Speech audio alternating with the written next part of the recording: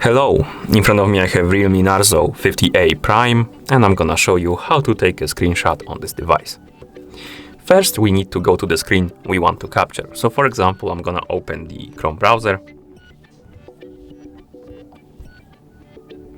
And now to take a screenshot, we can simply press the volume down button and power button together, like this. And once you press them, the screenshot will be taken.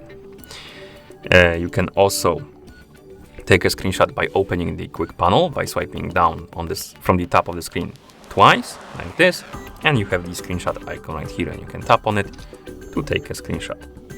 You can tap on this preview right here to open the editing mode, and you can basically edit the screenshot. You can add different filters, you can crop the image, so basically only select the part of the picture like that. Cut the rest out. You can adjust filters and markup, stuff like that. You can draw on it and stuff like that. And once you're done editing, you can tap on done and then save copy like this. And you can also check your screenshots in the Photos app. So let's open Photos, Library,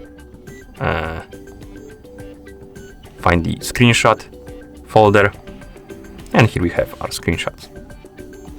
And that's how you take a screenshot on this device. Thank you for watching. If you found this video helpful, please consider subscribing to our channel and leaving a like on the video.